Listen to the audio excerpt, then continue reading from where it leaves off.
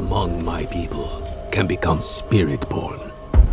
As children, the most promising face judgment in the mist. Our trial begins and ends with pain. Those who are not called are culled.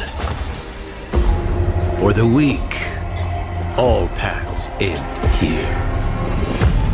For the worthy, that path leads to power beyond compare, and a sacred charge to wield it well. Though the mortal world was designed to break us, our hearts, our minds, our bodies, there is another which makes us bold. We are without fear. We are without equal. We walk with the ancient guardians of the unformed lands. Their power is our power. Their cause is our cause. We forge unbreakable bonds in the spirit realm to defeat the horrors of this one. For we are Spiritborn.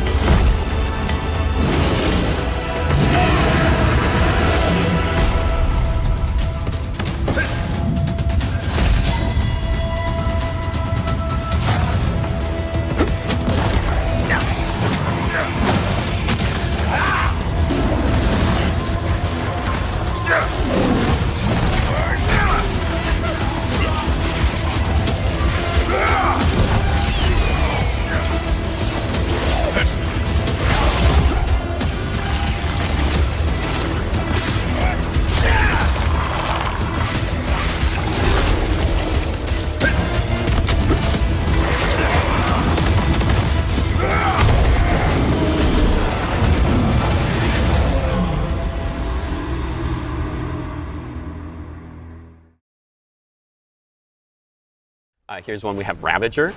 This is a new type of skill we're adding to the game called Incarnate skills. They all have a passive and active effect. This one allows you to maintain your ferocity at just like a minimum level, so you're all just like a little bit fast. But then when you activate it, you kind of go full Jaguar mode. It gives you additional attacks, kind of like whenever you hit something, it does an extra strike. So it can even turn like skills that are like deal a little bit less damage, they can now deal extra damage just whenever you hit something. Moving on to another skill, we have Rushing Claw. This one is the Jaguar's kind of primary mobility skill. It will dash you through a target and slash everything along the way. And the key to this one is you can kind of use it over and over and over again, like multi-strike your enemies. And then finally, of course, we have the ultimate, the Hunter. This will actually manifest the Jaguar onto the battlefield. You'll leap through the air. It's also a movement skill. And when you land, the Jaguar will destroy everything. And it also has upgrades to kind of help chase the kill streak vibe. There's a chance to reset the cooldown after you. We have Crushing Hand. This is their core spender skill. Kind of just does what it says. Will smash your enemies to pieces. Kind of neat thing about it is it's actually two separate attacks that kind of overlap in the middle. So you can sort of prioritize a single target and deal double damage to it. Another attacking skill that we have, this one's Payback. This one really leans hard into the sort of aspect of retribution that we have going on. This one will deal a large amount of damage, and that damage will ramp up the more something has hit you. So it's really good for just like ending a fight if you need to. But also like as things are hitting you, that will reduce its cooldown. So kind of you have this flow of like being able to sort of like end fights, but also kind of keep hitting as you go. And then finally, again, we have the ultimate skill, bringing in the gorilla itself. The skill is called the Protector. It creates a large protected area on the battlefield that will grant you barrier while you're inside of it, as well as several other defensive bonuses that you can spec into with it. And the gorilla will just smash any enemies that try to come in.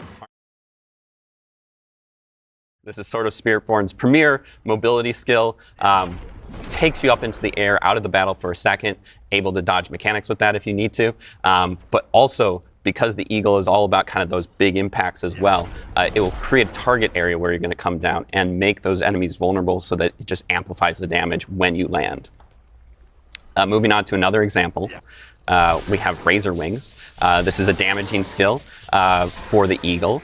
This one has kind of this cool back and forth where it sends it out, allows you to hit something at range, but because it also returns to you, it sort of rewards you for the tactical positioning on the battlefield, so you can sort of line it up so it'll hit different things as it comes back.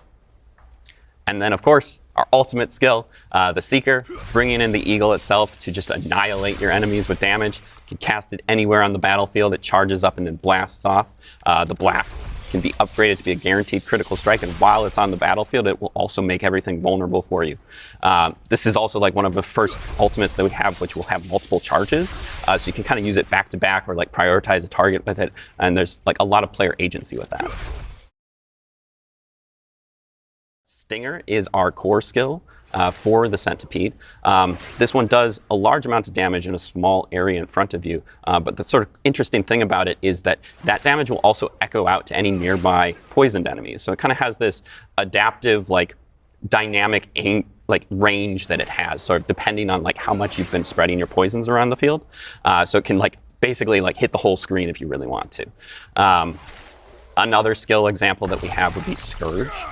Scourge kind of takes that sort of like oppressive control that the Centipede has, and it will fear and it will slow and poison enemies and sort of disrupt any kind of like strategies they might have going on and just sort of allow you to turn the tables on them.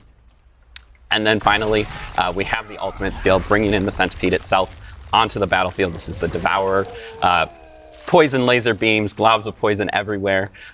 Just the Centipede kind of wrecking the entire battlefield. It's got upgrades which will also allow it to instantly execute enemies who have been fully poisoned, sort of helping the cycle of life and death to speed up a little bit. The way the Spirit Hall works is you start your journey off by choosing one of 4 bonuses. At the top, the primary bonus. This is a like massive bonus that will add sort of a thematic effect to all of your skills of that type. So like an effect like the Jaguar will add extra strikes and that sort of thing to all your Jaguar skills. But a subtle but very important extra piece of this is that we'll also add that Spirit's tag to your entire skill kit. So every single part of your skill kit now has the Jaguar skill. And so even if you want to use like Centipede skills, you can still sort of hook into various parts of the Jaguar using this bonus. Then later on in your journey, you will unlock a second bonus. This is a set of 4 distinct bonuses from the first. Each of these kind of has a tie-in with the sort of core mechanics of each of the spirits. So we mentioned before sort of the new keywords that we were introducing, like with the Jaguar has ferocity, the Gorilla has resolve, those sorts of things. These give you an opportunity to sort of mix those into your kit, regardless of like if you are using those specific skills or not, and sort of like add that extra layer on top of your build. And when you're choosing these spirits, these can absolutely be the same. You can pick Gorilla and Gorilla, Jaguar, Jaguar, or you can mix and mash them. And it's really important that like they all kind of flow and work together. So if you look at the nesting doll effect that we have of your skill tree, your class mechanic, this can get complicated very quickly. And so one of the things that the team took on was this idea of finding what resonates most with each Guardian, and how do we create some level of overlap so that we can have some synergies between all of them. Yeah, exactly. As we hit, like each of these has like very clear themes, right? You've got the Jaguar with its attack speed, you've got the Gorilla with its protection. You can definitely build into those, but it was important for us to sort of establish that these spirits, they don't exist like in isolation from each other. They have overlap. They have things that they both care about, and that allows us to sort of create these very hybrid-esque builds that work together. You know, just like an example, right? You've got like the Jaguar is a hunter. It's all about aggression and kind of chaos, and that's a thing. It loves that. But as a hunter, you're also sort of providing, you're also sustaining yourself, which is a thing that the Centipede also loves to do. And so they both care about healing, and they both have like different hooks that they can do for that. And so you can really like, if you're looking to get more healing into your build, you can add some Centipede, you can add some Jaguar, mix them together, you can make an entire build about healing that is Centipede and Jaguar. These aren't like prescribing ways to build, but they're more so just like they're overlapping stats that allow them to sort of communicate with each other. So just a couple examples. We have, for instance, if you want to build like the Gorilla, Gorilla's a lot of protection, Jaguar's a lot of sort of chaotic, constant damage. So when you mix those two together, you get this sort of like semi-tanky brawler who can just kind of go toe-to-toe with anything. And they sort of like dip into the stat of dodge, because dodge is a little bit inherently a slightly more RNG, a little bit more chaotic, kind of Jaguar, but it also kind of has that damage mitigation. And so you kind of combine them together and you have this very like retribution, but also fast-paced playstyle. Another example would be potentially if we think about like the Centipede and the Eagle. The Centipede's all about sort of debilitating your enemies and like making them weaker, and the Eagle's all about like kind of finding those weak points and like getting these high damage, you know, bursts off. So when you add those two together, they both care about vulnerable and sort of like turning the tables on all of your enemies. And so adding that together kind of creates this character that's sort of just able to like prioritize a target, weaken it, and then just like cull it from the battle. A lot of different stats in our game and sort of making them work together, not just like work together, but like be cool together. So we kind of have this category of items that will sort of interweave a couple of different stats. Secondly, we have our power augmentation legendaries. These just kind of let you take like your favorite skill and ascend it to its final form and just kind of like go crazy with it. And then thirdly, we have sub powers. These are sort of things like we think of them like rogue grenades, barbarian, dust devils. These are sort of things you can sort of build around. They're sort of almost like skills, but they don't exist in your skill tree as things you can put on your bar. And then finally, we have our unique items, which are there to enable you to sort of make the craziest builds you can think of. So moving on to a couple examples, just kind of one for each real quick. We have Tormentors. This is an example of a hybridization legendary. This one interweaves poisoning and thorns together kind of in an interesting way that'll allow you to apply your thorns, you know, in a different way than just like having something hit you all the time. It's great. You can probably see the connection. Gorilla, Centipede, they'll love this sort of thing. Moving on to an example of a power augmentation, we have Bristling Vengeance. This takes the payback seal that we kind of hit on before. Usually it's like a smaller AoE like right in front of you that just hits one enemy, but this one really allows it to sort of like extend its range, hit multiple enemies, as well as apply your thorns over an area. And then thirdly, we have an example of one of our sub-powers. This one's called a Pestilent Swarm. The cool thing that we're kind of trying to out with each of our sub-powers is there are multiple legendaries for them, and they sort of allow you to customize how they work. So there's like one that'll let your Pestilent Swarm like poison enemies, one that'll make it spiral, one that'll even make it orbit. You can sort of like combine those, like you can have it orbit and spiral, or poison. You can just have it shoot off, kind of whatever works for your build. We really want people to be able to experiment and play with those sub-powers. And then just a couple of teasers, some of our uniques.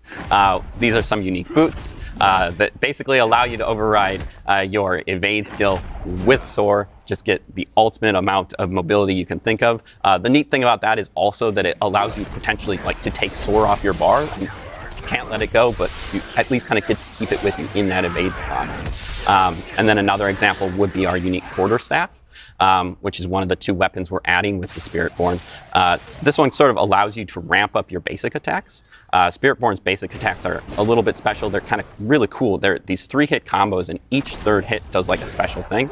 And this specific unique basically lets you get that third attack all the time. So then we have to take their third attack and make it a triple version that almost turns them into a different skill entirely.